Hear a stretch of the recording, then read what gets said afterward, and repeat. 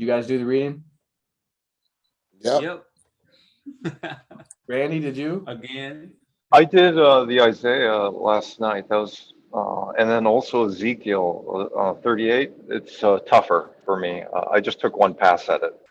Yeah, that's good. Well, we're going to get to that probably next week. I don't see us hitting it yet this week, but that's really good. I mean, if you guys are that far ahead, then we should be able to breeze through this a lot more quickly. So we, on this timeline thing, we have Isaiah 17 through 19, and there's more out of Isaiah.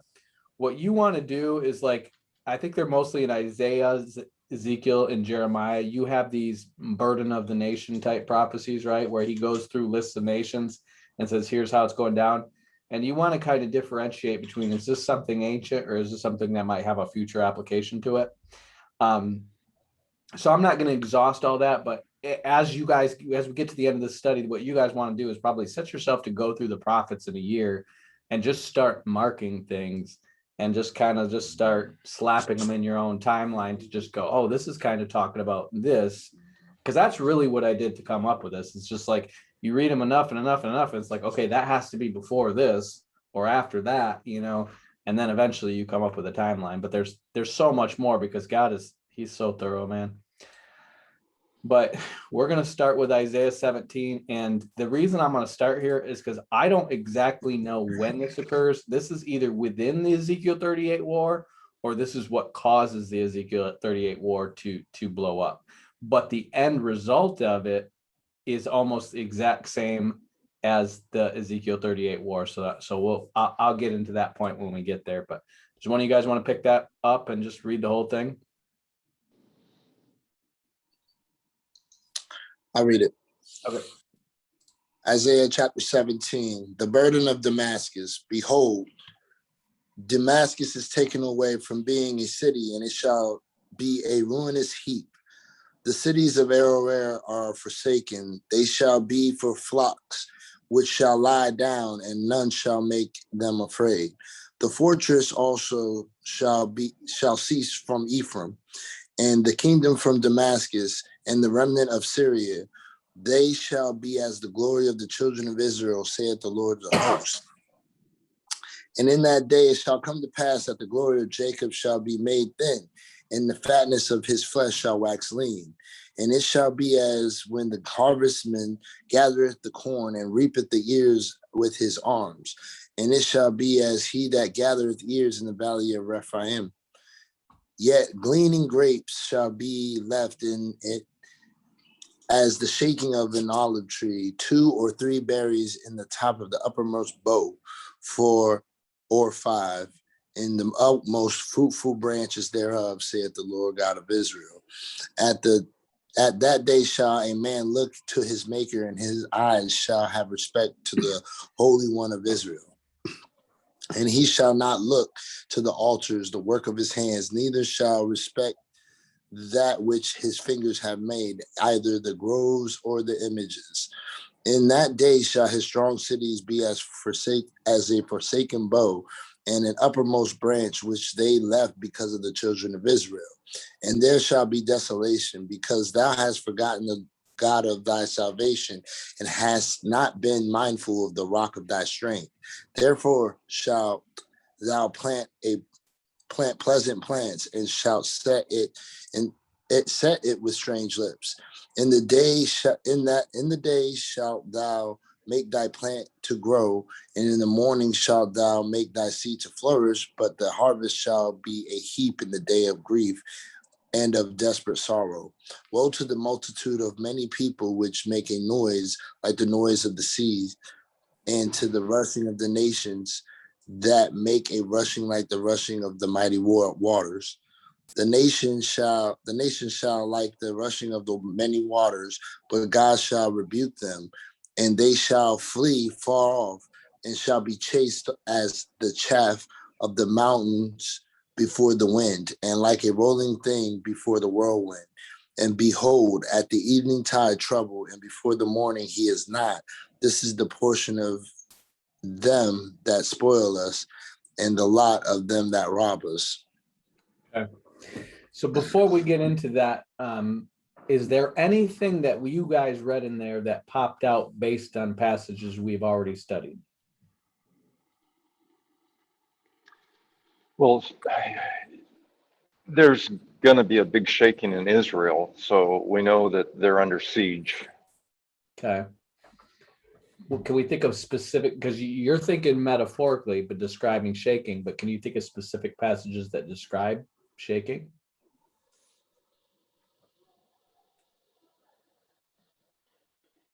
Shaking's common, very common. The Lord will shake the earth at the second coming. Right. But based on things that we've already studied in other passages, can you think of specific references to shaking? Well, I'm thinking Joel 2, but I don't know if there's a shaking there. I think there is. I think it says that they'll quake at my presence when the army's coming down. Remember how he kind of describes it twice, and he gets it right down to the army's about to get him, and then they repent, and then he kind of tells the story with more details, and the sun turns to darkness, the moon turns to blood. So in Revelation 6, what's happening as the sun is turning to darkness and the moon's turning to blood?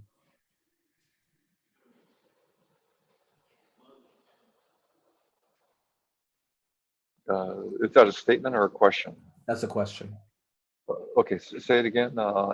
In Revelation chapter 6, when the sun turns to darkness and the moon turns to blood, do you remember what else is happening at that time? Isn't that the sixth seal? Yep. What else accompanies that sign? There's got to be shaking of the earth at that time. Right. There's got to be. So you have the earth shaking in Joel 2. You have the earth shaking in chapter 6. You have this, it says the shaking of an olive tree, and we're going to get into other passages that have shaking. And I'll just let you know for Ezekiel 38, you have the earth shaking at the Lord's presence there, okay? So it basically says that they're going to shake at the presence of the Lord, and the world is going to learn to fear God when the shaking happens, because Israel's going to be delivered, okay? Any other things that pop out at you guys?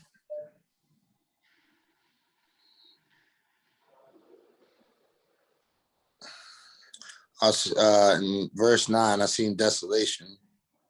Yeah. So Verse 7 shows that people are looking for their maker.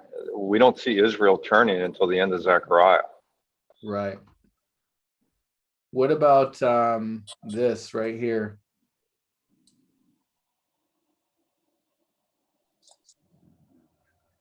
Because I'm going to interpret all this for you guys in order, but what I want you to do is kind of think of these key terms like harvest, right? What do you think the harvest is based on what we've seen? We have a harvest in Revelation of the sickle. You know, the angel comes out with a sickle and harvests the earth. Right. In the day of what? Grief and desperate sorrow. Right. And what do you think that's describing? What day is that? Day of the Lord. Right.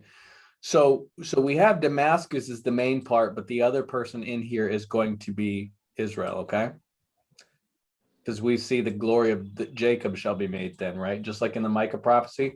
In the Micah prophecy, we have Assyria giving them guff, and then Israel's fighting back and winning, but then God's disciplining Israel in Micah 5, remember? And he's making their idols go away, and he's destroying their strong cities. Remember that? Uh-huh. So when you guys take this passage and just line it right up with Micah 5 and go, is that the same things happening in the same order? It's the same things. But this is a new nugget. This is something that has never happened before in history. It's taken away from being a city. That means there's no more Damascus, okay? So this is a major milestone in your prophetic calendar, right? Damascus is the oldest inhabited city on planet Earth. That's how significant that is. No city on planet Earth has been populated longer than Damascus, and it's going to completely go away. It will not be a city anymore. So that's a major. And then the other thing is, so the nations rushing like many waters. This is kind of like all the nations coming down on Israel and Joel.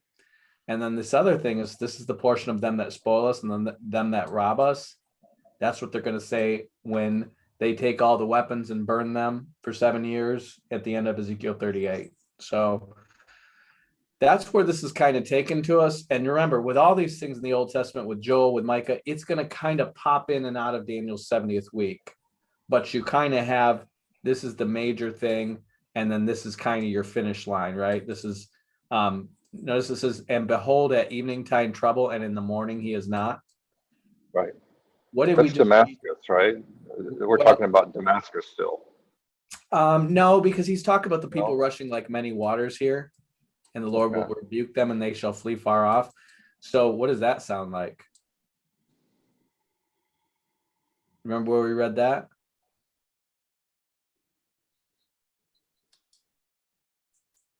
Revelation, right?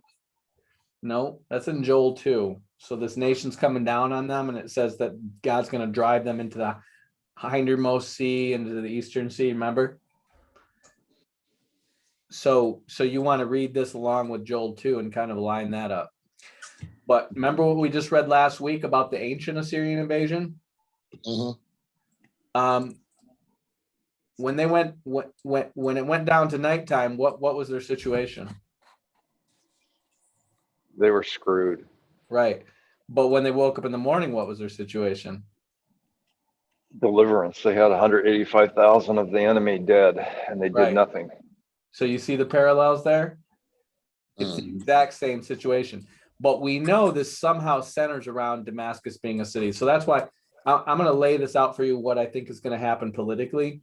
And I actually put this in my book. So if you guys get a chance to review that part, I have these illustrations that are pretty helpful, I think. Because he's literally describing a map of Israel and the West Bank and Damascus and the Golan Heights, like very specifically. So I want to show you guys these maps. Let's see.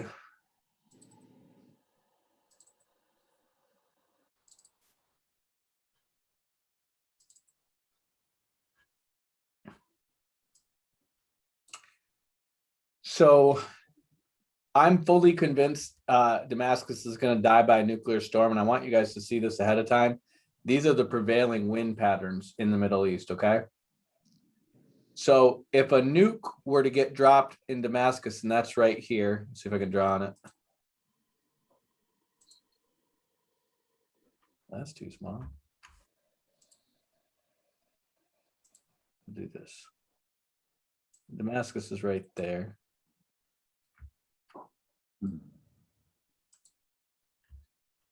You're going to have some fallout.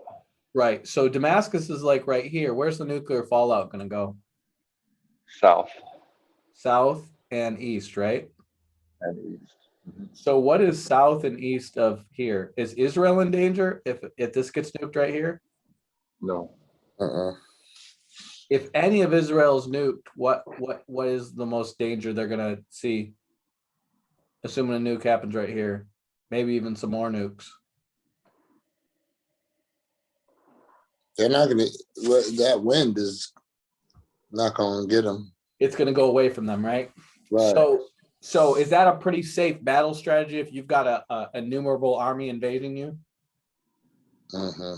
So this exact strategy they were going to do in North Korea back in the 50s.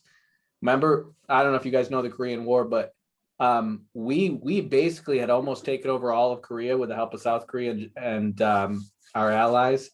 And then the Chinese poured like 2 million troops in to push it back to the current border where it is right now. When we knew all those Chinese troops were coming, what MacArthur wanted to do was just drop a bunch of nukes in between the mountains and all the major passages that they'd have to go through, so they'd all just go through and die. And that's what I think Israel's going to do when this Northern Army comes. So I want to show you guys these pictures. So you remember how he's describing it. Whenever you hear the word corn in the Old Testament, they're referring to a kernel of grain. They don't have like yellow corn like we have there. This is what they would call corn in the King James. So do you see how this is how a sheaf of grain would be if you're holding it in your arm, right? It's skinny in the middle and then it pops out on top, and that's where your Your thing's all right. Uh. And here's Israel if it lost the West Bank. So it describes it, and it says that the cities of Aroer are forsaken. They shall be for flocks which shall lie down, and none shall make them afraid. So those cities of Aroer are going to be these cities that are going to be in in Syria around Damascus and in northern Jordan. So this is what I think Israel does. If Russia and Iran are allied together with all their northern allies to come invade Israel, Damascus is going to be the city where they stage their invasion. In other words, you don't want to have you want to have a forward base, right? But you want to have a backup place where you can get your supplies and stuff like that, and then move them up to your forward base so they don't just nuke your forward base and you're done, right? So what they do is they go back into Syria, and they have basically all their supply chain driven through Syria. That's where they get their food, their water, their ammunition, their fuel, all that stuff goes to Syria, right? And then that's where the majority of their troops probably are, because they're not going to just send them all into Israel at once. Well, it's also not, it's also another person's country. And if Russia and those guys are invading them, it would be an international incident for them to nuke another country that wasn't part of the invasion. See what I'm saying? So it's kind of a protection for them. But if Israel's on the brink of total destruction, they're going to nuke Damascus to keep them from being able to use that city to kind of house their army, right? And then they're going to probably nuke this border area up here to make it impossible for them to come through. Probably the Golan Heights and all this, because once they take the Golan Heights, they can just start shooting down at them.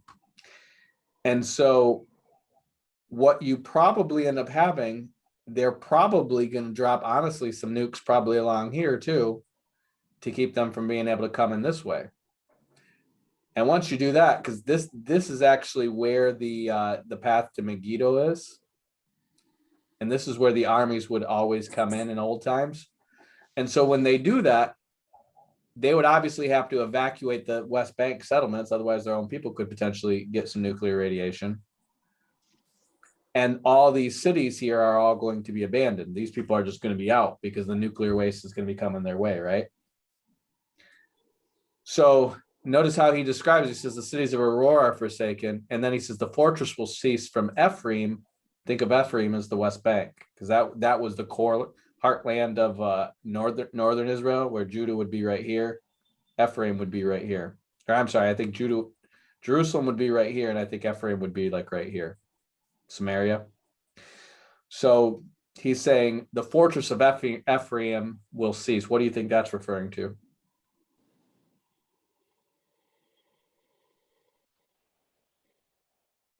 Yeah, it kind of sounds just like Isaiah's when Aram and Ephraim were going against Judah. What does Israel always put in the West Bank? The West Bank? What are they always building? The UN's always talking about it. Everyone's always mad about it. A wall?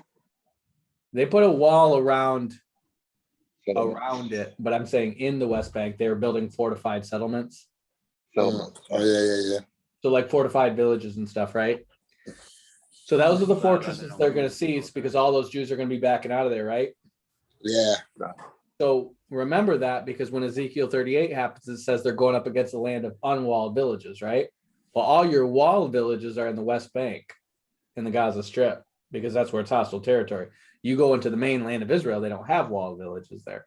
So if they're leaving all those fortresses because of potential nuclear fallout, now it's a land of unwalled villages, right? Yeah. Is Bethlehem around there too?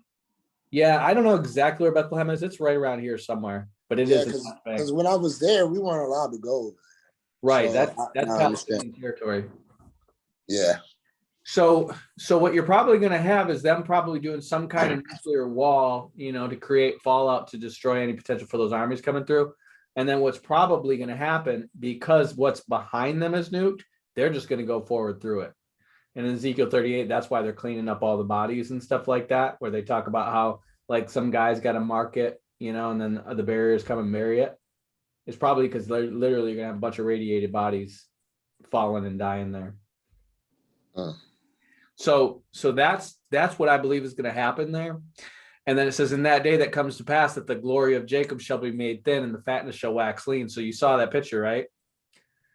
And then it says it'll be as the harvestman gathers corn. That's why I had that reaping there, because it's like the edges of Israel are taken out, but then the top has got some fluff, right? And it says as gathering ears in the valley of Rephaim. And I think the valley of Rephaim is probably like just below the Gaza Strip, I think. And then the gleaning of grapes shall be left in it, like the shaking of an olive tree, 2 or 3 berries on the top of the uppermost bough. So I believe these grapes or olive trees are probably going to be like cities or settlements or whatever. Like most of them are evacuated, but you have a few of them where there's still people. And then it says, at that day, man shall look to his maker and his eyes shall respect the Holy One of Israel. It's the same thing as Ezekiel 38. It's going to say in that day that the nations shall fear me, or whatever, like the nations will acknowledge that I'm the Lord who sent them into captivity. And then it says he will not look to his altars, the work of his hands. And what you're probably going to have happen in this point is you're going to have Israel get really religious. You're probably not going to have most of Israel be born again, but you're going to have some. But you're going to have the majority of them be like Old Testament religious at that point, because they are going to get this supernatural salvation. And then it says, in that day shall his strong cities be as a forsaken bough. So they're leaving all the fortified settlements. And then it says, because thou hast forgotten the God of thy salvation, hast not been mindful of the rock of thy strength, therefore shalt thou plant pleasant plants and shall set it with strange slips. I don't know what that means. Does anyone else have an idea? Stood out to me, but I couldn't. Strange slips. Let's see, it says a twig, vine, branch, slip. Oh, I know what that is. Another word for that is vine. I know exactly what that is. Check it. So he says this, because thou hast forgotten the God of your salvation, not been mindful of the rock of thy strength. Who's that? Christ. Therefore shalt thou plant pleasant plants and shall set it with strange slips. So this word can be translated vine. So shall set it with a strange vine. What do you think that is? Antichrist. Right. I can't believe they didn't translate that. Nobody knows what a slip is. So a slip is apparently the vine that you're planting a vineyard. That's what the slip is. So they're going to have pleasant plants probably in the carnal sense, right? They're going to have material prosperity. Right. And she'll set it with strange slips, a strange vine. That's what it is, I'll bet. It's a type of the Antichrist. So notice it says, which is left because of the children of Israel, and there shall be desolation. Here's your Antichrist right here. And then in that day thou shalt make thy plant to grow, and in the morning shalt thou make thy seed to flourish, but the harvest shall be as a heap in the day of grief and desperate sorrow. So this is important. In the two harvests, which harvest gets the bad news? The wheat or the grapes? Grapes. Grapes, right? So this is a vine, and it's saying you're gonna plant it and it's gonna grow and it's gonna make the seed to flourish, but in the harvest it shall be a heap in the day of grief and desperate sorrow. So is that talk about the wheat or the grapes, you think? The grapes. Right. Now check it out up here though. And it shall be as when the harvestman gathers corn and reaps the ears in his arm. What do they talk about there? Wheat or grapes?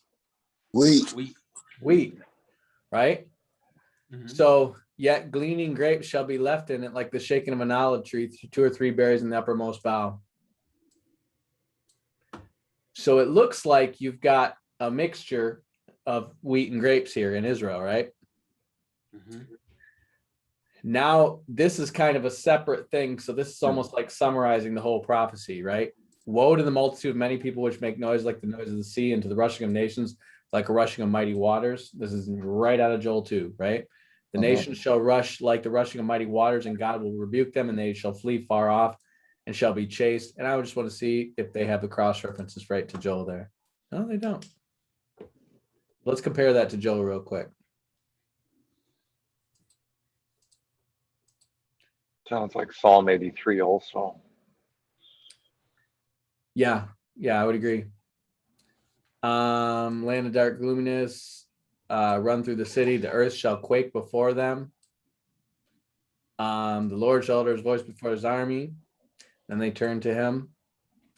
And then he says, behold, I will send you, look at that, corn and wine.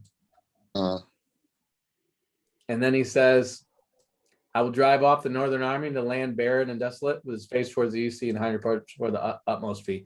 And his stink shall come up and his ill savor shall come up. So when we get into the version of this in Ezekiel 38, we're going to see how their stink comes up, okay? So that places us right in this ending, right at the end of the Joel 2 war, which is also going to be the Ezekiel 38 war. So I'm actually surprised. This is the portion of them that spoil us and the portion of them that rob us. Now, if you go to Ezekiel 38,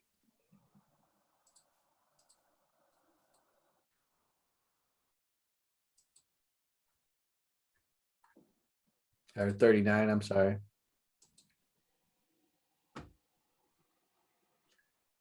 We'll talk about how they collect all the weapons and burn them for 7 years. And it says, and they shall spoil those that spoiled them and rob those that robbed them, said the Lord. See how that connects? So Isaiah was written like a couple generations before Ezekiel. So let's think of Ezekiel 38 as like a further clarification of what is said in Isaiah, Micah, and Joel, who are all roughly contemporary with each other. Ezekiel and Daniel and Jeremiah are going to be, like 100 years later. That makes sense? Yep. So that's one prophecy, and that's kind of, from the perspective of Israel and Damascus and this major event, it's given you another little piece of information that's going to help you understand the unfolding of that war, okay? Now we get into Isaiah 18, and this is going to help you understand another part that's going to be in Ezekiel 38. Do you remember how it says fire will fall on Magog and those who dwell safely in the isles? Yep. Remember how it says that Sheba and Dedan and the merchants of Tarshish are going to say, have you come to take a spoil? Yep. Now, I used to always read that and go, people would say, oh, they're protesting the invasion of Israel, right? Until I realized, no. They're not saying, are you coming to take a spoil from Israel? They're saying, are you coming to take a spoil from us? Because they're getting invaded too.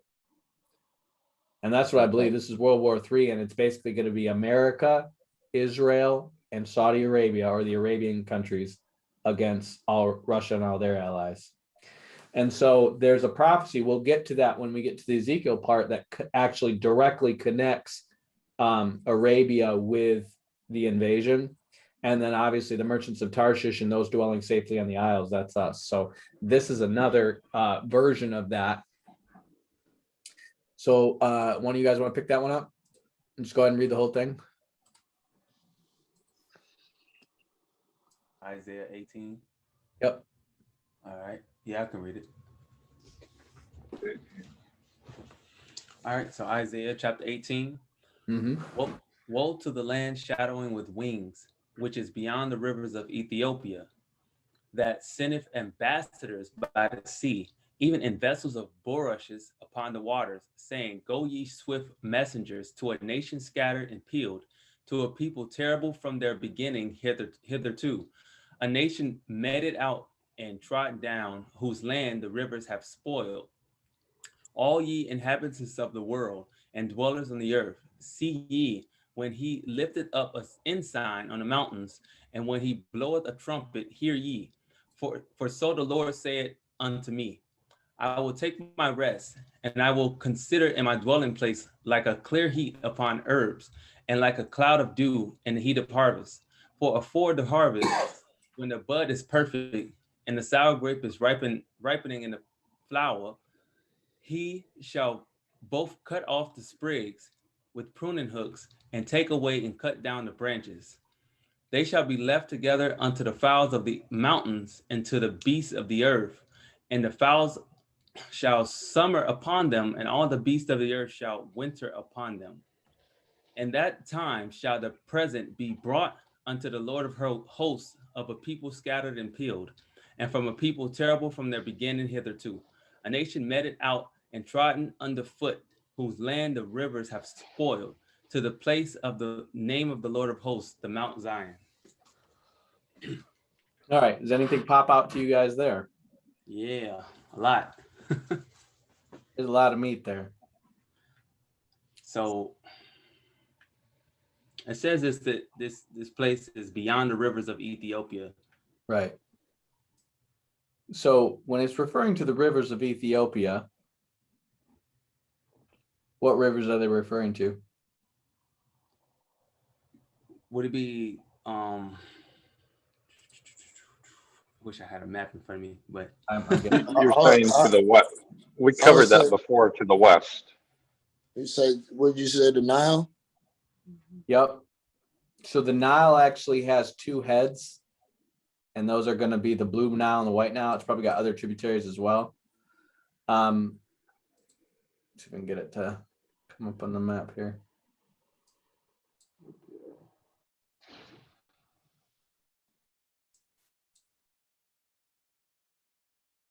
You can't see it that clearly, but here's part of it. See this right here? And then here's the other part. So those are the rivers of Ethiopia. So Ethiopia is a highland. So it's like what the highest point of Africa. And most of the rivers in Africa flow down from Ethiopia, all in all directions. So Ethiopia is capitalizing on that hydroelectric power and selling it to the rest of Africa. That's how they're becoming powerful. And they're going to be the king of the South. But yeah, you the main ones are going to be the Blue and White Nile that start up in the hills and mountains of Ethiopia, and then they flow down through Sudan into the main Nile. Yeah, that's the main part, but it all starts up in Ethiopia. But you notice that Ethiopia does Ethiopia look divided by rivers? no. No. I mean, even if you say, well, Ethiopia proper is like really like South Sudan, is it divided by rivers? No. It's got rivers flowing through it, right? But it's not really divided by rivers. So it's beyond, it's beyond the rivers of Ethiopia, which means it's not Ethiopia. Okay. Right. Sends ambassadors by the sea, even in vessels of bulrushes upon the water. So probably back in the day, this is how Ethiopia has made their boats and stuff. And so that's probably why they're making that connection, because a lot of these are going to have a, ancient and then future fulfillment to them. But then it says, go ye messengers to a nation scattered and peeled. Is that Ethiopia? No. No. So if it was, they would just say that's Ethiopia, right? Right. But it isn't. This is actually Cush, but to a people terrible from their beginning, that means up until the present, hitherto. A nation meted out and trodden down, whose lands the rivers are spoiled. So I am fully confident this is about America. We have been a warring people from day one. I mean, what our country has in common is war and pillaging. And we have never, people don't realize we are never not at war. Like you go back to the 7 Years' War before we were a nation. It was like one war after the other. It's like every 20, we don't go 10 years without a war. We've never not been bombing or attacking some other country or the people within our country when we were conquering the West, right? And it says the nation meted out and trotted down. We have our entire nation broken up into counties. We have roads through everything, right? Whose lands the river has spoiled. And this is going to say spoiled or divided right here. And so when you get into the Hebrew here, this word scattered and peeled, check out what scattered means. It says to draw using a great variety of applications. So the literal means to draw. It means could be to march, remove, delay, be tall. Of course, the Sudanese are very tall. Draw, continue, defer, extend, forbear, give, handle, make, long, sow, scatter, stretch out. Okay. So I think this means spread out, because it's stretched out, it's spread out. So either the individual people are tall or spread out or stretched out, right? Or the people are very spread out. So what's America known for having a lot of? Urban sprawl. Land, right? Just spread out people, right? Not in these tight little cramped villages, right? Like all the rest of the countries in the world, we have a lot of like, it's like, again, the nation is meted out and trotted down, and the people are spread out. And check out what peeled means: obstinate, independent. No. Does that sound like a description of the American people? Mm-hmm. The nation's meted out. We've been at war from the beginning, and we're spread out and independent, right? Like, that's a perfect description of the American people. So, and then it says, all you inhabitants of the world and dwellers on the sea, see ye when he lifteth up an ensign in the mountains, and when he bloweth a trumpet, hear ye. Who is he? June 3.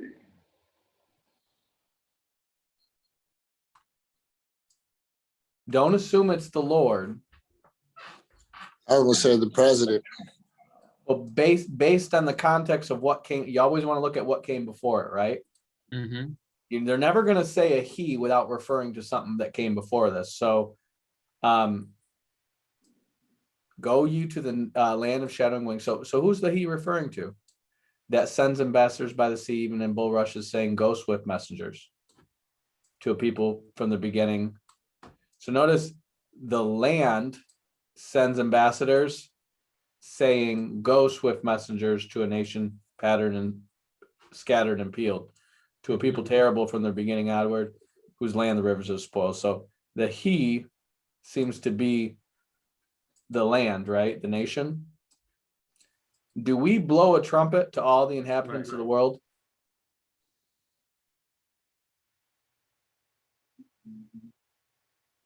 Yeah.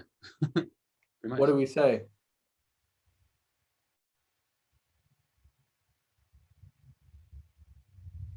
Democracy. Right. Come here, be like us, right? Yeah. And dwellers on the earth. Is dwellers on the earth usually a good term? No. What does it usually refer to? You know, people hiding from the Lord. For the carnal, right? Carnal. When he lifts up an ensign on the mountains and he blows a trumpet, hear ye, okay? Mm. So the whole world's gonna follow after them. right. So again, we're in the same time frame, because the time frame of all this going down, when we read Ezekiel 38, America's downfall is going to be right before the Antichrist rises. So it says this: for so the Lord said unto me, I will take my rest. What do you think that's referring to? Dwelling in heaven. Christ sitting at the right hand of the Father, right? Mm-hmm. I will go return to my place, right? I'll go take my rest. And I will consider in my dwelling place, so he's in heaven, like the clear heat upon the herbs, like a cloud of dew in the heat of harvest. Okay. So this is what he's waiting for: the clear heat upon the herbs and a cloud of dew in the heat of harvest. So he's waiting for the harvest. What's the harvest? The rapture. Right. For the harvest, that's before the harvest. When the bud is perfect, that means the bud is mature. When the bud is mature, what comes next? The flower and fruit. Right. So this is before the fruit's ready, right? And the sour grape is ripening in the flower, right? So the bud precedes the wheat. The sour grape precedes the grapes. See that? Mm-hmm. In verse 4, the dew sounds just like the dew in Isaiah 26, saying that your dead will live. I don't know that one. It's basically a resurrection passage. It's verse 1 of 26. Isaiah 26. Your dead will live. Like the dew, they evaporate from earth. Oh, okay. I'll have to look at that. Yeah, yeah. It's resurrection. Mark that and we'll look at that when we're done, okay? Another thing, this could be like the latter rain, cloud of dew in the heat of harvest. But I want to read what you just mentioned first before I draw that conclusion. So then, anyways, he's giving you a time frame of when this is, right? We're approaching the rapture, right? We're not there yet. We're approaching it, right?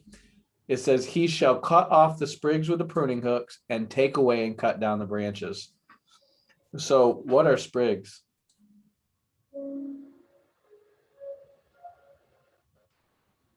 Good question. You know what a shoot is on a tree? I just cut off a bunch of them. So I have this tree in my front yard, and it grows these really cool little purple flowers up and down the stalk of the tree. But if I leave it alone, it will grow these shooter branches, and they're basically like skinny branches that just go straight up because they're trying to get to the sun before they really grow any leaves. And so they just grow straight up in the air. But they don't ever bear fruit because they're not situated in such a place to get to the sun soon enough. They basically, they show up late, you know, and then they try to just grow from wherever they can. And those are usually when you see trees that just shed branches, you know, it's usually those kind of branches that end up falling off and dying because they never really get established. So remember how Jesus cuts off the branches that don't bear any fruit? Right. Yeah. So he says he cuts off the sprigs with pruning hooks. Those are the branches that don't bear fruit, and takes away and cuts down the branches, right? Now, if the people in America bearing fruit are the Christians, and the people who aren't bearing fruit are the, godless, right? Mm-hmm. Where are most of the godless in America situated? East and West Coast. East and West Coast, right? Mm-hmm. Remember those who dwell safely in the coast, right? That's what Ezekiel 38 is going to bring us to, right? So if you look at America,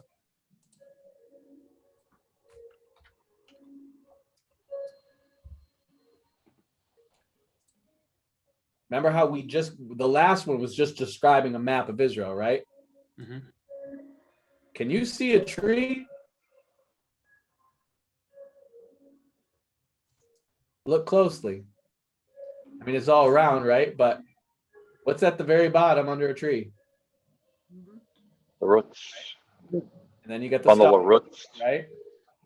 the trunk, and then you got branches. the foliage of the tree, right? Mm-hmm. Yeah. So the outside, those are your branches, right? And then this is your foliage, right? Mm-hmm. So he's going to cut off the shoots. What do you think shoots might represent? I mean, we know they're not fruit-bearing branches, but think physical geography and economics and politics and cities and stuff like that. What do you think a shoot represents? Like the colonies and Or like the islands and like just like the Caribbean islands and like the Central and America, Mexico and stuff like that. But here's your qualifications for what a shoot or a sprig is. It grows up really quickly and tall, but never bears fruit. What do people move to the big cities on the coast to do? Make money. Get rich quick, right? Mm-hmm. Yep. Whether it's that LA game or that San Francisco, right? That Bay Area or New York and that stock market, Boston. right? Or Atlanta and that all that trade going on there. They move out to these places for the big money, right? They shoot up fast, they don't bear any fruit. So he's telling you now that he's going to cut all that down, right? Right. And then it says they will be left together unto the fowls of the mountains and the beasts of the earth. Okay. Mm. So these branches, these outward get rich quick cities are going to be left to the fowls of the mountains. What are the fowls, do you think? Demons. Demons. And the beasts of the earth. What are the beasts of the earth, do you think? Nations. Right. Yeah, the nations. What nations are the beasts of the earth, do you think? The kingdoms, the 10 kingdoms. Right. So what's going to happen to America? He's telling you is it'll be left to the fowls of the mountains. Remember those wicked cities, right? Mm-hmm. Now, all the worst cities that are getting the most rioting and looting and people dying and government tyranny and all that stuff, where are they located? East and West Coast. East and West Coast, right? Mhm. You think maybe the demons are sitting on them right now? Yeah. Yeah. Okay, so it says the fowls shall summer on them, right? Mm. And the beasts shall winter on them, right? Uh, Now, remember, this Wow. is before the harvest, right? When does harvest come? In the fall, right? So Yeah. up until the rapture, demons are going to take over these places. That's what we're going through right now, right? Mhm. After the rapture, the physical land is going to be taken over by these other nations. We mm, get wrapped up into the kings of the east and the Antichrist and all their territories, right? So that's what he's telling you. This is how it's going to go down. And they're going to be like probably nuked, and it's going to be like Mad Maxville and zombies and people eating each other and stuff like that in these places. Like, I have no interest in moving. Like, if people I know who are secular are moving away from these cities, like the writing is on the wall and they ain't pretty. They're not even believers and they see what's coming. Like, it's going to keep getting worse and worse and worse. And these governors and these mayors are turning into just these tyrants, in these cities. They're becoming all like Al Caponeville. And so it says, in that time shall the present be brought to the Lord of hosts of a people scattered and peeled. So of a people who are spread out and independent, a present is going to be brought to the Lord of hosts from a people terrible from their beginning hitherto, a nation meted out and trodden underfoot, whose lands the rivers have spoiled. And so it's describing those people again and again. So the Americans are going to bring a present to the place name of the Lord of hosts, the Mount Zion. Is that unclear where it's going to be brought to? no. What do you think the present is? I've heard people say it's the Ark of the Covenant.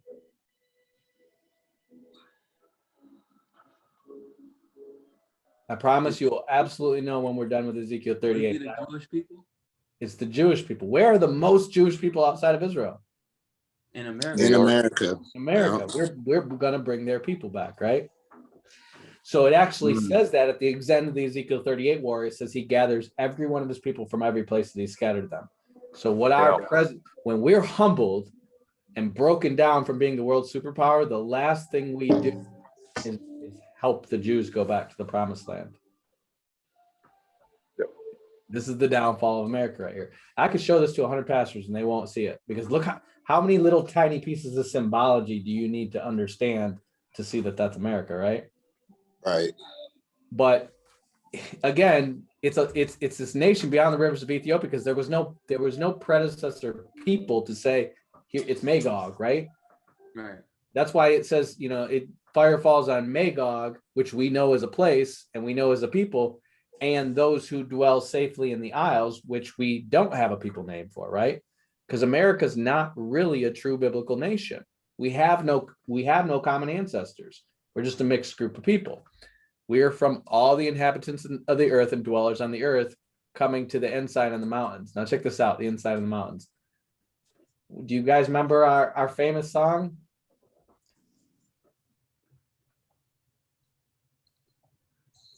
America the Beautiful. Who knows the words?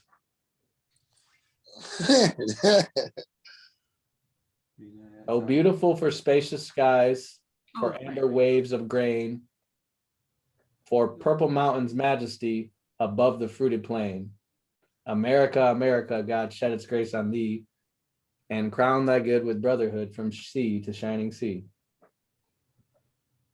That was written in the War of 1812, when we really beat England and secured our independence. Mm. So that's our ensign to the nations. We're the land of brotherhood. We have no common father. We're the fraternal brotherhood. See? And that was a Masonic thing too. So that's who we are. That's the inside of the mountains, the Purple Mountains Majesty, right? And so as Israel is going through this, we're going through this. And Ezekiel 38 is going to combine those two things together. We'll talk about that when we get there. Now, This is talking about Egypt. This is the last one we'll do, and we'll call it a night. So why don't we have somebody read through?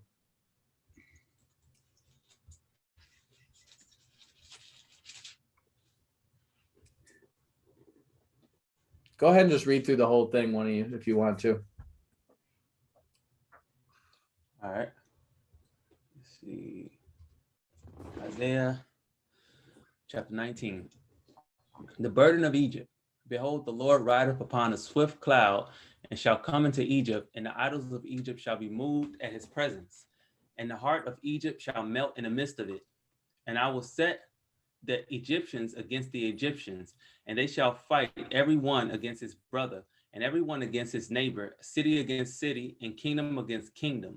And the spirit of Egypt shall fail in the midst thereof, and I will destroy the counsel thereof, and they shall seek to the idols, and to the charmers, and to them that have familiar spirits, and to the wizards. And the Egyptians will I give over into the hand of a cruel Lord, and a fierce king shall rule over them, saith the Lord of hosts. And the waters shall fail from the sea, and the river shall be wasted and dried up, and they shall turn the river far away, and the brooks of defense shall be emptied and dried up. The reeds and flags shall wither. The paper reeds by the brook, by the mouth of the brooks, and everything sown by the brooks shall wither, be driven away, and be no more. The fishers also shall mourn, and all they that cast angle into the brooks shall lament, and they that spread nets upon the water shall languish.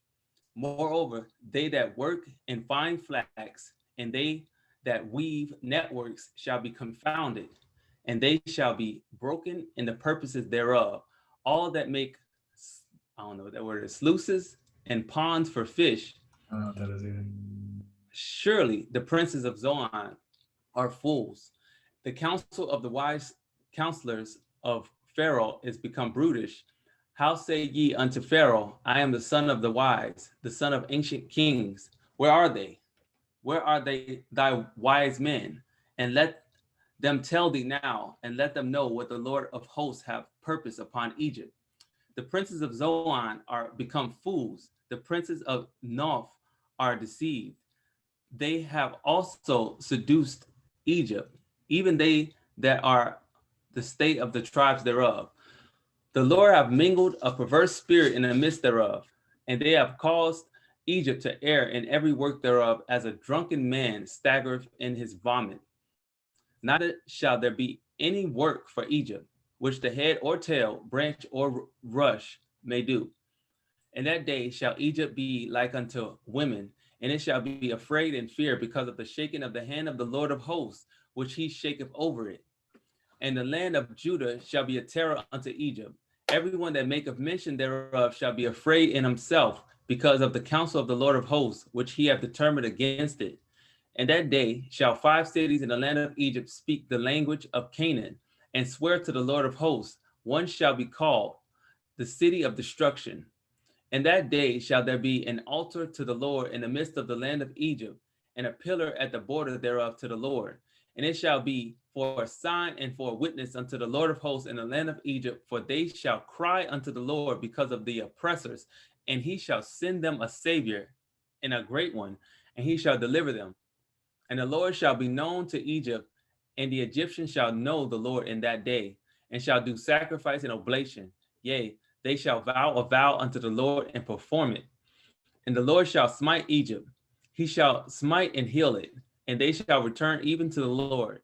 And he shall be entreated of them, and shall heal them. And that day shall there be a highway out of Egypt to Assyria. And the Assyrian shall come into Egypt, and the Egyptian into Assyria. And the Egyptians shall serve with the Assyrians.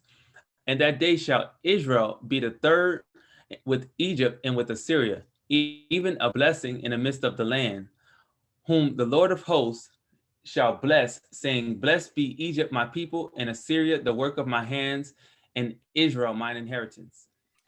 So that has a happy ending, doesn't it? Yeah, after all that. So what you end up having, this is going to all be in the millennium here. Mm-hmm. The Lord is basically going to, it looks like 5 cities in the land of Egypt shall speak the language of Canaan. It Mhm. looks like probably maybe that's Arabs in the Palestinian states, or maybe it's Hebrews that colonize it. But what's probably going to happen is everybody who's not Jewish is going to be kicked out of the land of Israel or Hebrew, you know what I mean? And those people are probably going to go to Egypt in the millennium.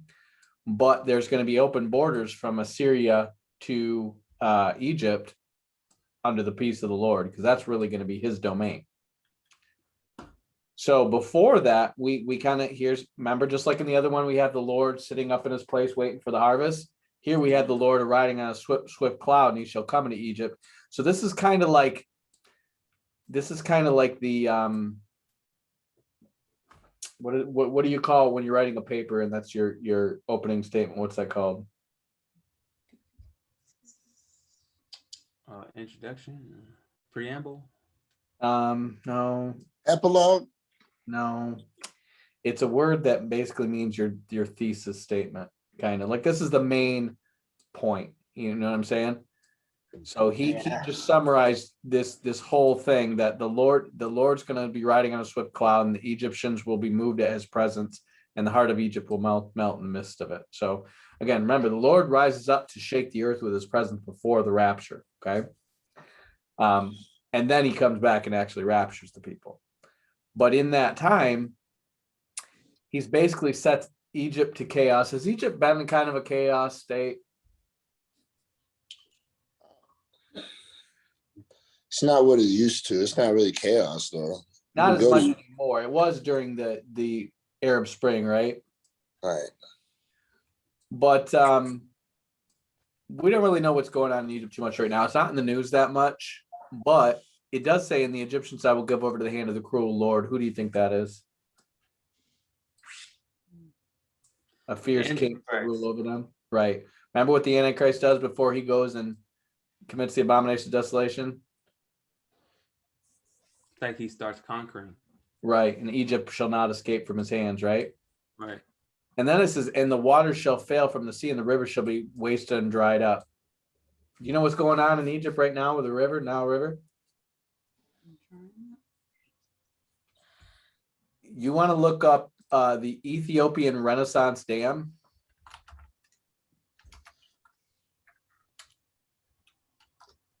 It's literally drying up the Nile right now. So Ethiopia, remember I told you they're capitalizing, making all this hydroelectric power to sell to all the other African nations. Right. They're making themselves the power supplier for all of Africa. That's how they're becoming a superpower. And one of the things they're doing to do that is they've been building this great Renaissance dam and drying up the Nile River. Because they got to fill up the dam so the water can flow over to power their turbines or whatever, their dynamometers or whatever. And that turning of those things is what caused the electricity to come. And so it's going to take like 3 to 5 years to do it. And Egypt's protesting. They don't have any military capacity to do anything about it because their country's in such a mess. But basically they're saying this is going to dry up the Nile. It won't permanently dry it up. But if you know, when a river gets dammed, that river is never the same afterwards. It's always like a smaller version of it because they're controlling all that water pressure to create the electricity. So they're never letting it flow to the capacity that it used to. And then this whole valley that you see right here, that's all going to be a lake, one big, huge lake. So Ethiopia is going to have this massive new bunch of lakefront property and, expand their economy and do all this stuff. And then all this hydroelectric power. And meanwhile, Egypt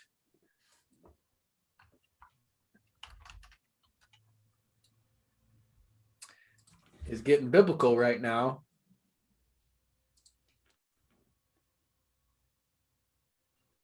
Look at this. That's the Nile. You see, that's the Nile. And so it's just shrinking, and they're saying that's just going to keep getting worse. So that's going to impoverish Egypt. It's going to destroy their economy. That's why it's saying no one will have anything to do, because their entire economy, their real estate, their tourism, they're farming, because that's the major part. I think they grow a lot of cotton there. And then they're fishing, like the angler, that's the fishing pole guys and the fishing net guys. They're going to have no economy. That's what it's telling them. And they're basically going to be given over to the Antichrist. If Egypt loses all their economy, what's the only source of economic power that they still have?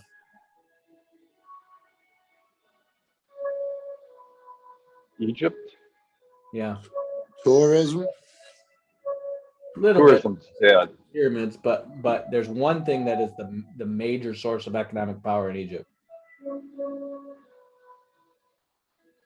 It's so important that Israel, England, and France tried to take it from them in the 70s. Suez Canal. Right, and we stopped them. They have the Suez Canal. And that's the last piece of the puzzle that the Antichrist is going to grab to make sure he has economic dominance over the whole world. So basically, they're given over to this perverse spirit. That's the spirit of delusion, the Lord sending on the whole earth, right? And then the Antichrist basically takes over their country. So remember, the Antichrist is really taking over Iraq and Syria after this war. So it's not really like many people are going to be protesting, because these lands have been wasted, right? And he's probably not going to oppress them, but then he goes in to take over Egypt and he oppresses them. And they cry out to Jesus. Remember, there are Christians in Egypt, Coptic Christians, there always has been. And probably some of the people getting kicked out of the West Bank and Gaza Strip are Christians too, because there are Christians there. And then Egypt's going to be oppressed, and they're going to cry out to the Lord, and it says, and he will send them a savior and a great one, and he shall deliver them. So they're literally talking about what's going to happen to Egypt before Christ comes on a cloud. And one of the main things that we have is another milestone right here is that the Nile is going to be dried up, which is currently happening. And they're saying this is going to happen over the next 3 to 5 years. So what does that tell you about when all these wars and stuff are going to go down? Quick Could be before that. imminent. I mean, yeah, you're talking, we could be in the apex of these wars and stuff like that in the next 5 years. I mean, that's 2026. We're still just, the 2000th anniversary of Christ's death and resurrection is just 8 years after that. No, it's 7 years after that. So, I mean, Ethiopia will still have a knob to always turn off the water at any time. right. They can do it if they want to. And that's the thing. That's what Turkey's got going on for them as well. That's why you can see how Turkey and Ethiopia, king of the north and king of the south, right? That's why they're so powerful, is because they have power over the waters. So you can see how, again, he says he shakes his hand at them or whatever, right? So you can see how all these things are kind of parallel. Like they all dip into further on out, but they're all kind of focused around this time when the Lord rises to shake the earth, right? There's other ones, but honestly, I haven't really dug into all these other ones to really understand. Like this one I think has to do with honestly Saudi Arabia and Edom and stuff, but I don't know it as well. But those were the main ones I wanted to show you. And then there's a couple more here. Isaiah 24, 16 to 24.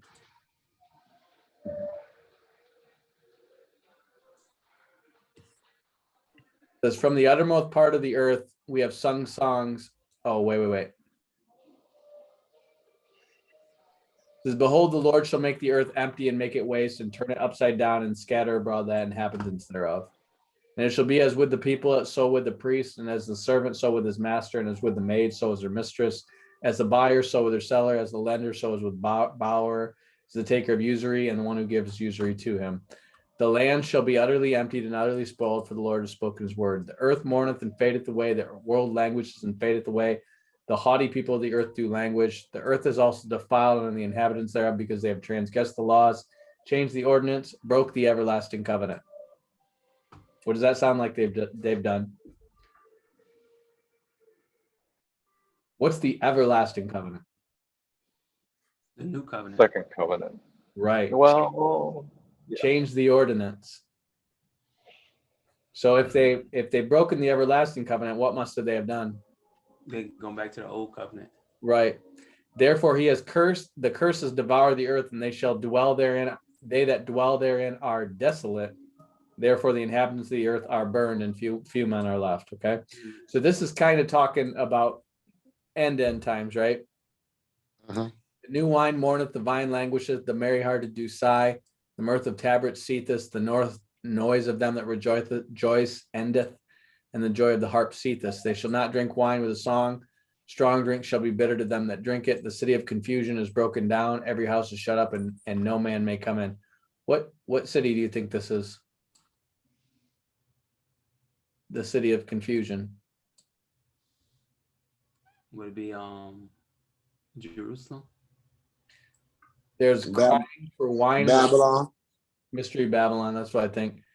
All joy is dark, and the mirth of the land is gone. In the city is left desolation, and the gate is smitten with destruction. So yeah, this probably has some connotations to Jerusalem, and then Neom or whatever is Mystery Babylon in the end. And thus it shall be in the midst of the land among the people, there shall be as the shaking of an olive tree. This is what you're talking about, right, Randy? As the shaking of an olive tree, as the gleaning of grapes, as when the vintage, when it's done. So that's just like in Zechariah. They shall lift up their voice, and they shall sing, for the majesty of the Lord shall cry aloud from the sea. Wherefore glorify the Lord in the fires, yet in the name of the Lord God of Israel, even the name of the Lord God of Israel in the isles of the sea. So this doesn't sound like it's talking about the utter destruction of all the earth, because it's saying glorify the Lord in the fires, even the name of the Lord God of Israel in the isles of the sea. So the isles of the sea is another name for saying the coastlands. And I think this might be talking about America. And the fires, remember the fire falls on Magog and those who dwell safely in the isles or coastlands. From the uttermost part of the earth we have heard songs, even glory to the righteous. But I said, my leanness, woe unto me. The treacherous dealers have dealt treacherously. Yea, the treacherous dealers have dealt treacherously. Why do you think they're saying that in the relation to the destruction of America by fires?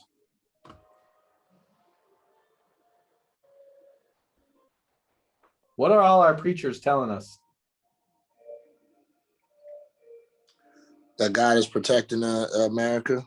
Right. And what is all the American preachers telling you? What's going to cause the downfall of America? War. No. No. Think about what the popular Christian preachers are saying. Are any of them saying America's going down? No. They've been saying this since I was a kid. What are they telling you is ultimately going to cause the downfall of America?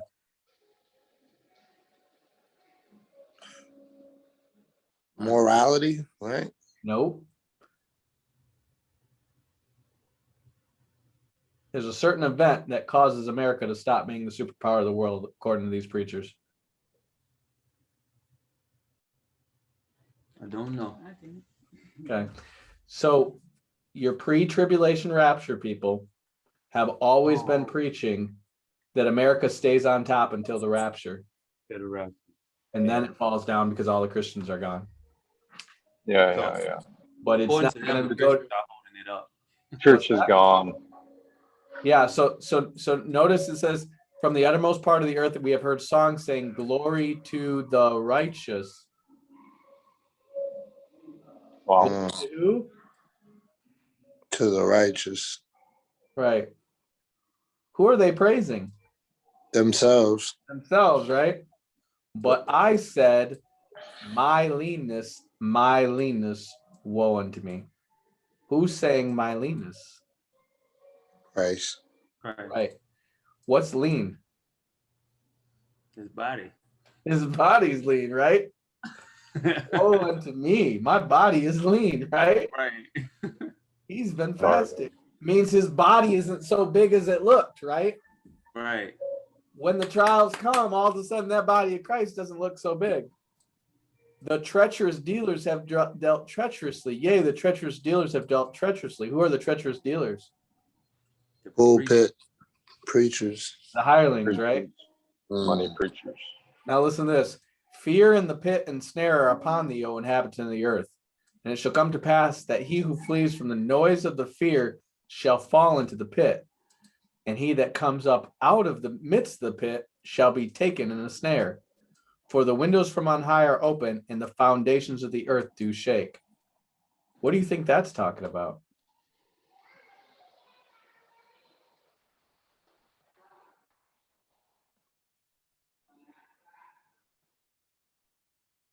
What do you think the pit is?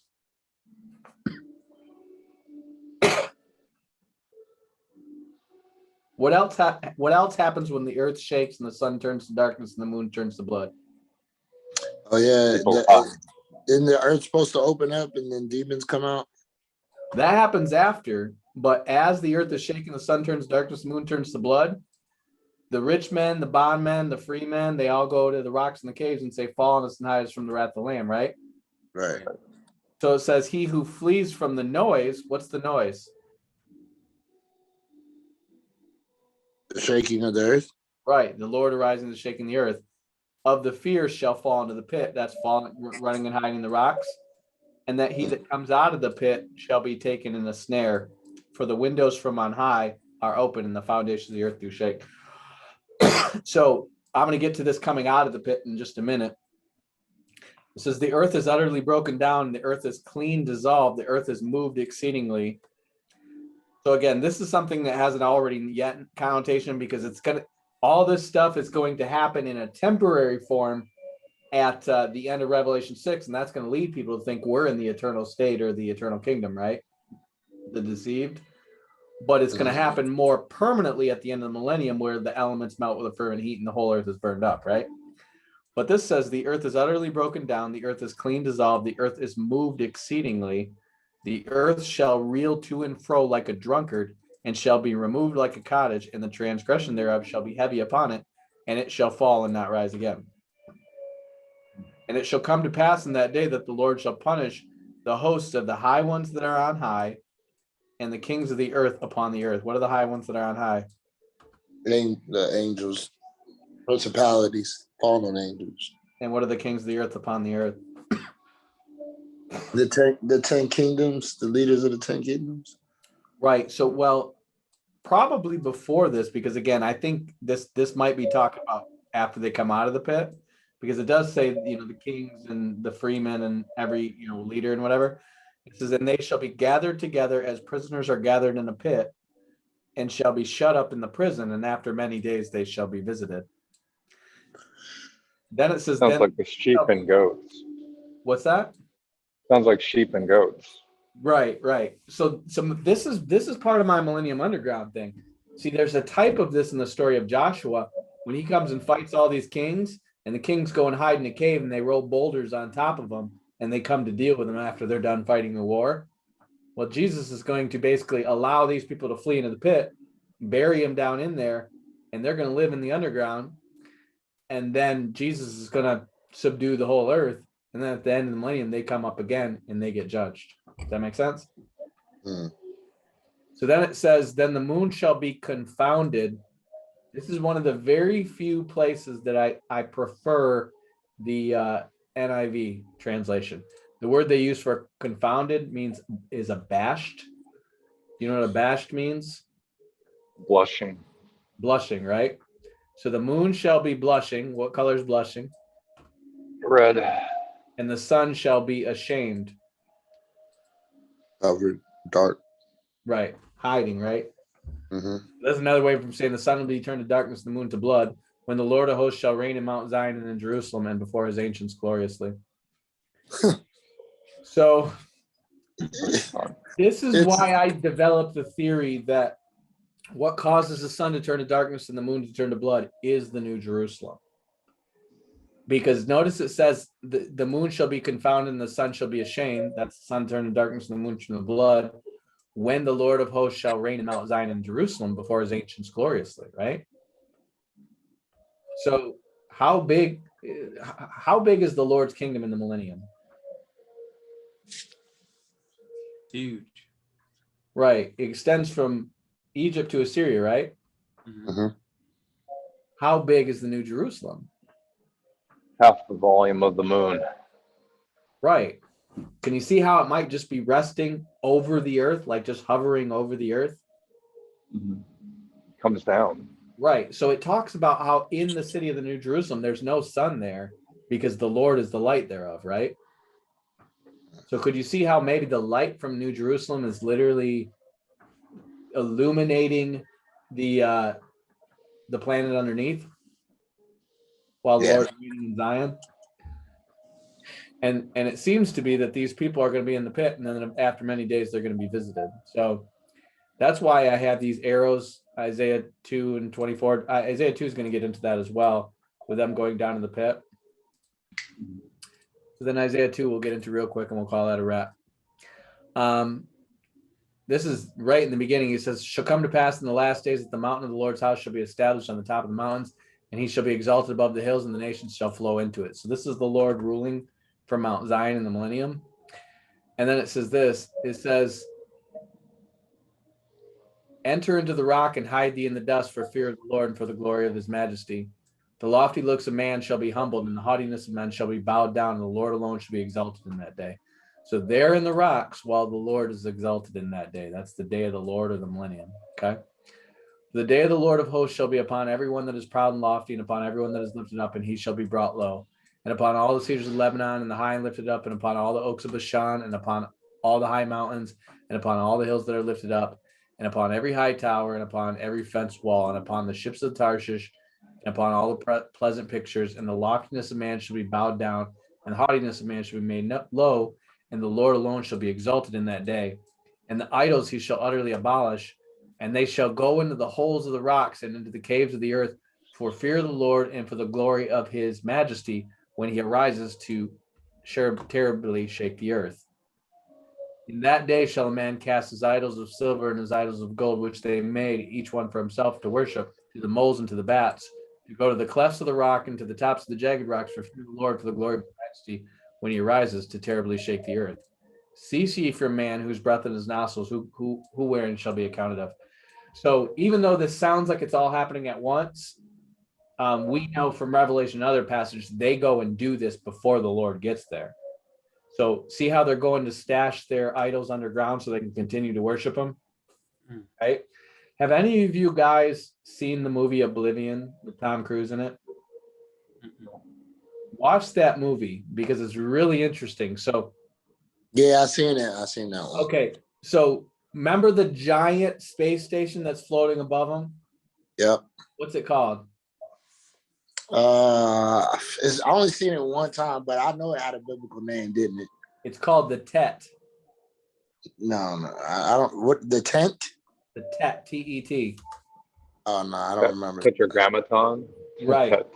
The Tet. Look, it's a triangle, and Yep. it's called the Tet. No. What is the Tetragrammaton, Randy? Well, that's Yod He Vav He, but the Tetragrammaton. But that's like covalent four bonds. 1, 2, 3. It's a pyramid. Right, but Diamond. what is the Coal. Tetragrammaton to a Jew, though? God. Yahweh. God, right?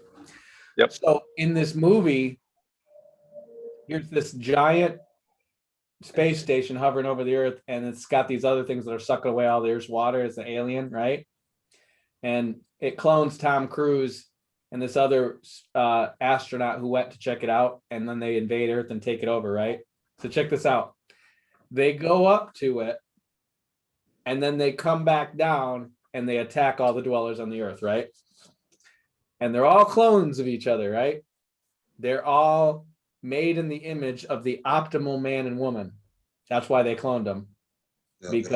Because they were their best astronauts, so they were literally like the prime human beings. So they cloned those people to make their army to come back and kill them, right?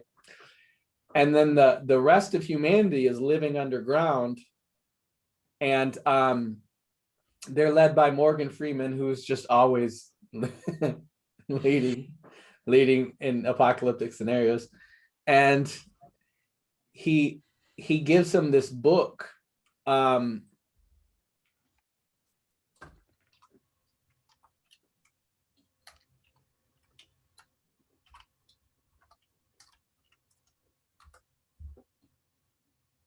He gives them this book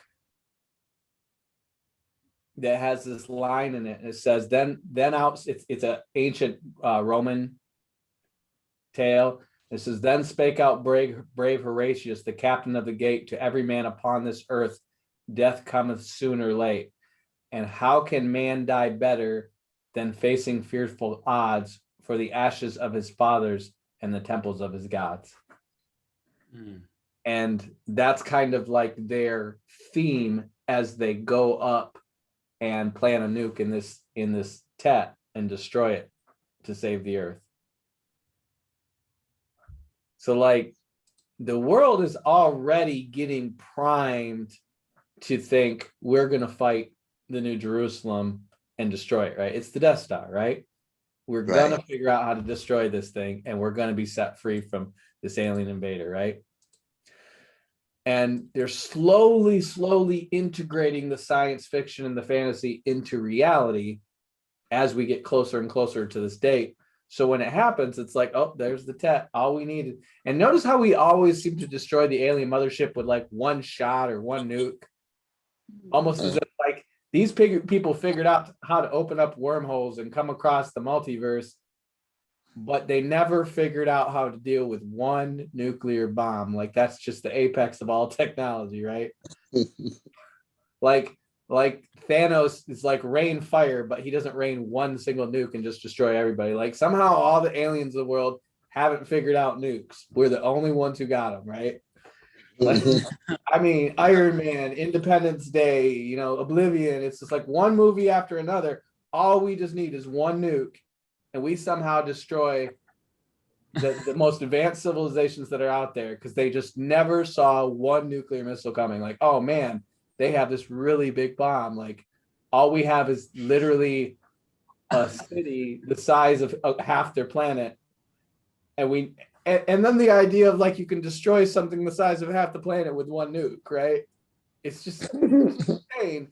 But this is the insanity of man. Like, we can beat God. All we just need to do is just shoot one little photon missile down that little vent, right? And we just use the force, just like drop one little M80 in that toilet and it just goes boom, right? And this is the vanity of man. But like God's telling you how it's really going to go down, which is they're going to go gather underground, try to keep all their idols, try to stay about it down there. And then when they come up, it's curtains for them because God was prepared for what they're doing the whole time. And that's why I want to write that story, because it's really the story about how does Satan turn the whole earth to war at the end. And the reason is because he has these people underground who've been worshiping him the whole time.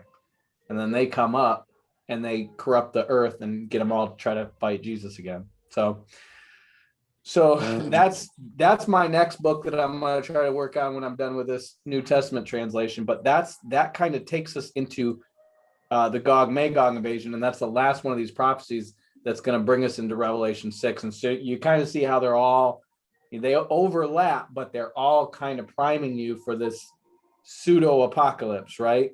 Like if I just had those passages like that one I just read in Isaiah, doesn't it kind of seem like it's all over once this happens? It like, feels like it. After that, like they all have gaps in them, and most people don't realize that there's always going to be these gaps, and sometimes that gap will be Daniel's 70th. Like in Joel leaves out Daniel's 70th week for the most part if you don't know how to read it right. And like Ezekiel 38 leaves out, or Ezekiel, just the whole book of Ezekiel leaves out Daniel's 70th week. And you have to like reconcile Daniel with these other things to go, wait a minute though. When does the Antichrist take over Egypt? But remember, God's sending upon them a great delusion, right? And the world's going to go back to Judaism, right? So the Jews are going to have all these prophecies, but what they don't have is what we have, which is the New Testament, right? So they're not sorting out the abomination of desolation like we are. They're not sorting out the book of Revelation like we are. They're looking at Joel and Ezekiel and Isaiah and stuff like that. And once the Lord arises to shake the earth, well, we must rule and reign before then, right? But outside of the book of Daniel, you don't really have any book that's flat out telling you you're going to fall for an antichrist, right? It's always encoded like, oh, you're going to fall for a false vine, right?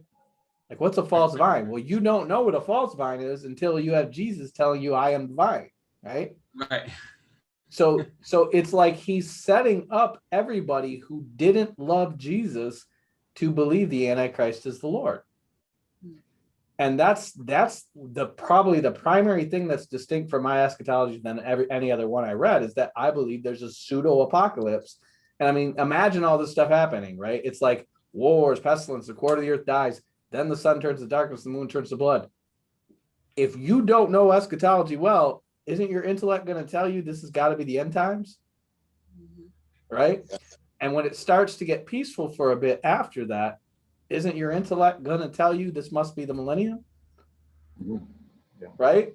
And when they start to tell you that there's this guy in the Middle East who's taken over the Middle East, he's the returned Lord, right?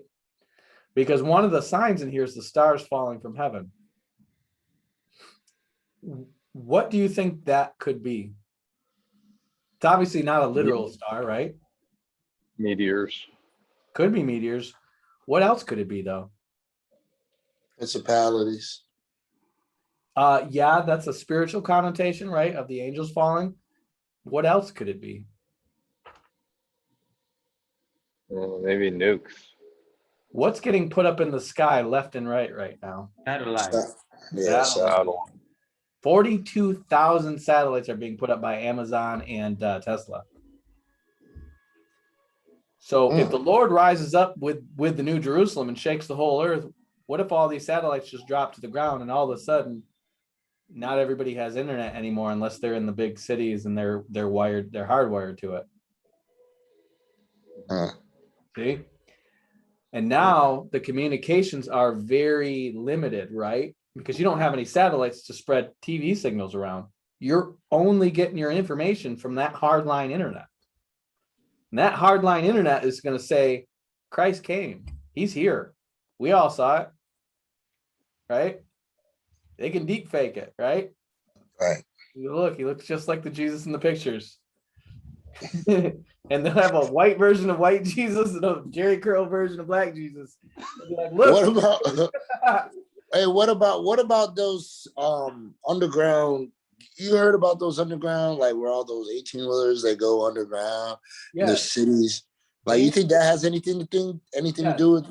Yes, they have. Okay, both us, Russia, and China, at least that I know have. Us and Russia, we've been boring underground since the nukes were developed. Right. First, just to have basic shelters for our chain of command when the nukes hit, but they started doing that in 1945. So think about how long they've had 80 years to do this, man. Right. Or 60, yeah, about 80 years. It's gonna be 80. So I mean, you think how much drilling you could do in 80 years and how big these cities probably are right now, right? They got it plotted, man. You listen, you would know if you were on the list. We ain't on the list. You got you got to join clubs that we tend not to be a part of because we're outcasts. But when it comes down to it, I mean, think about what's going to go on. You're going to have lockdowns, wars, pestilences, and persecution happening, right? Right. So think of how many people are already disappearing, right? Mm-hmm. Would you even notice if, let's say, 100 million people went underground? What's a quarter of the earth? How many people is that? What, over 2 billion? Right. If 2 billion people are dying, are you going to even notice if 250 million of them go underground? No. You're not going to notice at all, are you? You're gonna actually be so thankful you made it. You're not even gonna really look around like that. Right. And you see like all the restrictions they're putting on travel and stuff right now, right? Right. So this is actually, maybe I'll read this to you guys one of these days, but I wrote the introduction for my book like several years ago. And I literally wrote this down because in my story, it's a husband and wife, and the husband's an engineer in the Freemasons, and his wife's like an actress and an engineer. Like that's what they do for a living. Mm-hmm. And the wife gets duped into going underground. The husband set it all up and she didn't really want to. And so it's going to be like a descendant of theirs, like 1,000 years later, that comes up from underground and ends up getting saved. When I wrote the intro, I literally wrote this down that these people, when they finally go underground, the sun's turning to darkness, the moon's turning to blood, and it's shaking. But in the context of this, I kid you not, like I was actually, do you guys want to read it right now? It's just like a page or two. Yeah, go ahead.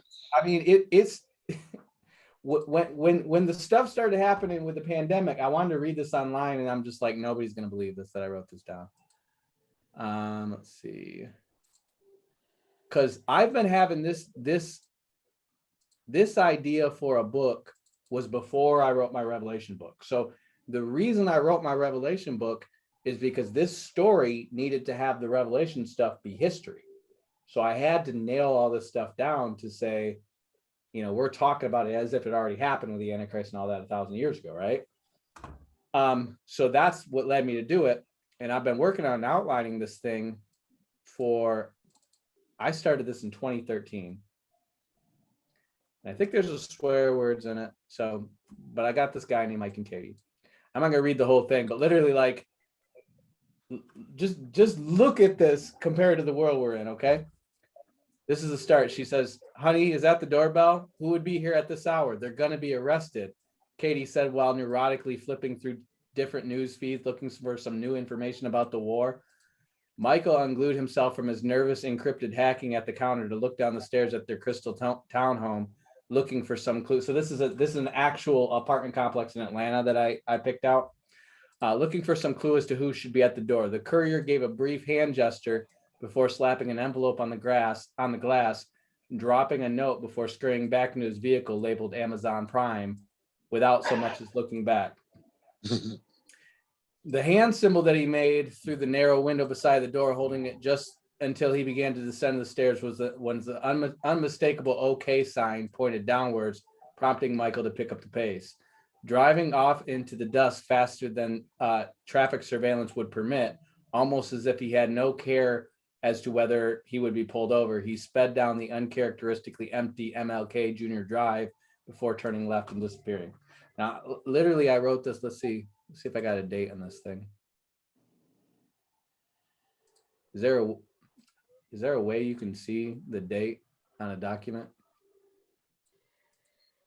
Yeah, go to the original file, hover over it. Probably might be able to see it. You can go to the files and go to the File manager. Well, File I know manager I should- opened it up this summer because I was trying to see how much of this is real, and I worked on it, and this says 620 on it.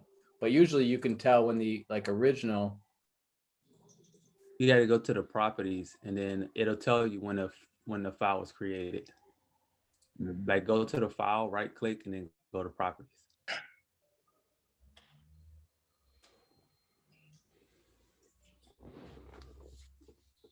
This says September 27, 2020. I know I did this before this because I literally wrote this, I want to say like 2 years ago. Because all these other documents from Millennium Underground, see, they all got 2020 dates on them. But I started doing all this stuff in 2013 because I have like a whole workbook. It's date modified, right? I know that Not seems like date that's created. Yeah, if you ever like copied it or saved as, it'll save it as a new file. So see, it's got them all as 2020. I wonder if maybe that's when I put it on the cloud. yeah, if you ever copied it created a new file. Okay. So maybe I won't have that record. But anyways, it was definitely before the pandemic. But anyways, it says so he's watching the guy driving off and he goes, like a rat on a sinking ship, David thought as he picked up the envelope, and the envelope labeled Protocol 6 open immediately. And again, that's named after 6 Seal. And it sent a shiver up his spine as he nervously tore open the perforated seal and unfolded the note. And it contained a single line with the passphrase, I-20 Hyperloop access authorized. Eruptus Michael, Eruptus Katie. So their name is Peters, but they all get their names changed to something when they go underground. And it says Michael's pulse quickened as he took in the gravity of the message. Katie, we need to go in a hurried tone. So essentially he's getting the message that you need to go underground now because the nukes are about to drop and the earth's about to shake and all this stuff. I'm not going to get to all this because it's a lot of back and forth between them as he's kind of exposing what's going on. But basically, they're all in emergency and they're in a lockdown because World War III is going on. And then it talks about how they met and how they went into this. They got into some dancing thing that ended up being in a Masonic hall, because we have that here in Grand Rapids, and how he met a Freemason and he got caught up in this because they were like top scientists in robotics programs at like Georgia Tech.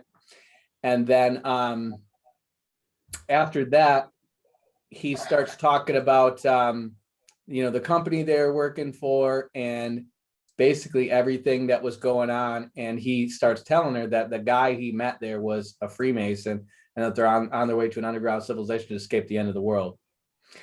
And then she starts asking him, and he starts explaining what it is. And then he started talking about the whole separation of church amendment in the Constitution that came about that legalized Christianity essentially.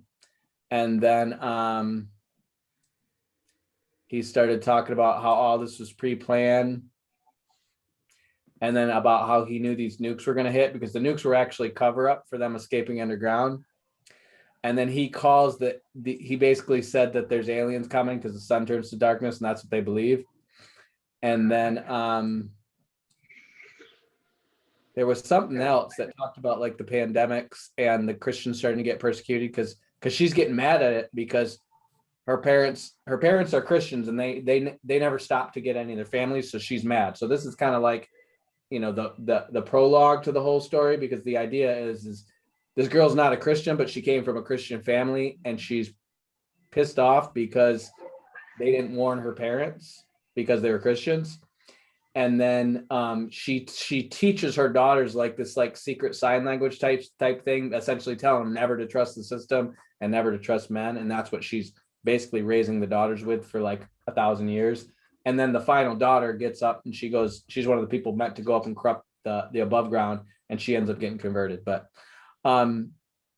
anyways, I'm trying to see where it says this.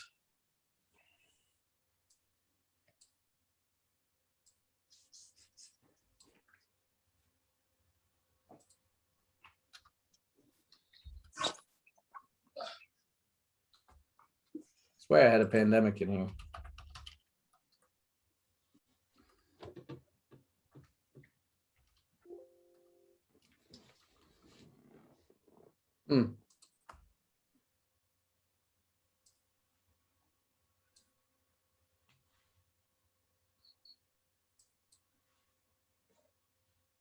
Maybe I just had it in some notes.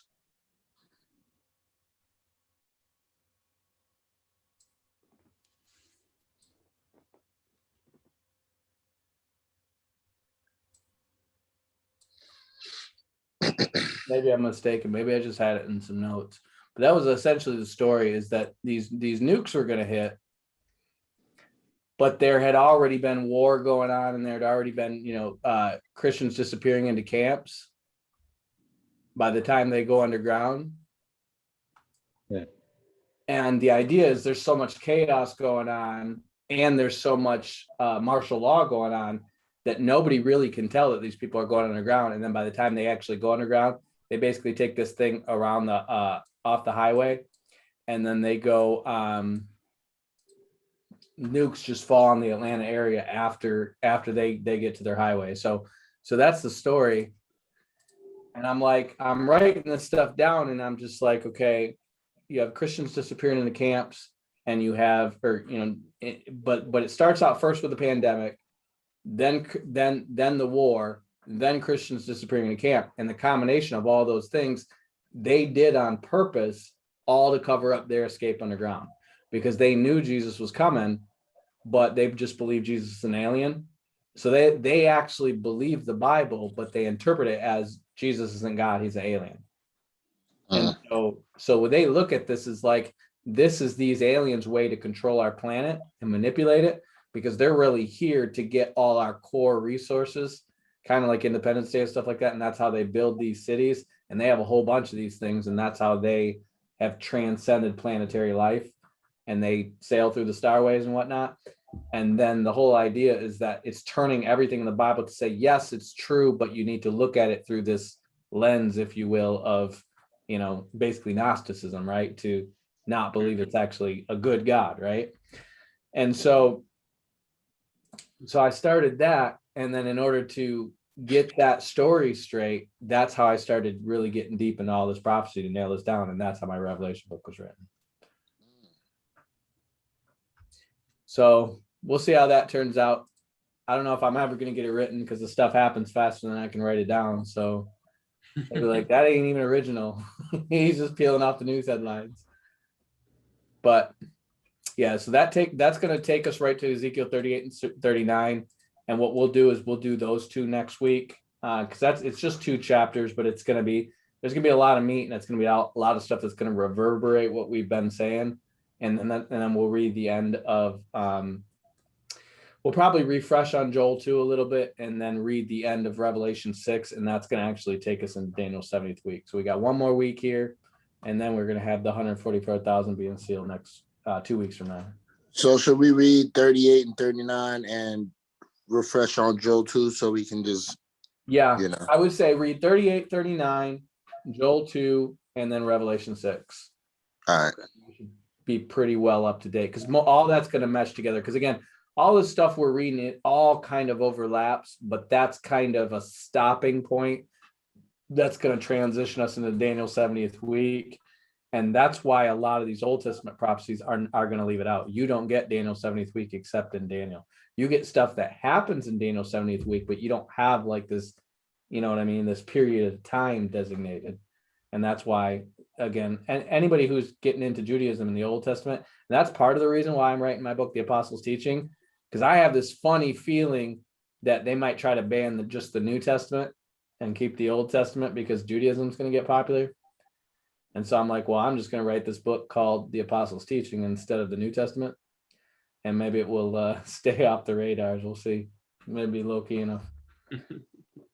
So that's it. Anyone else got any questions or thoughts before we wrap it up?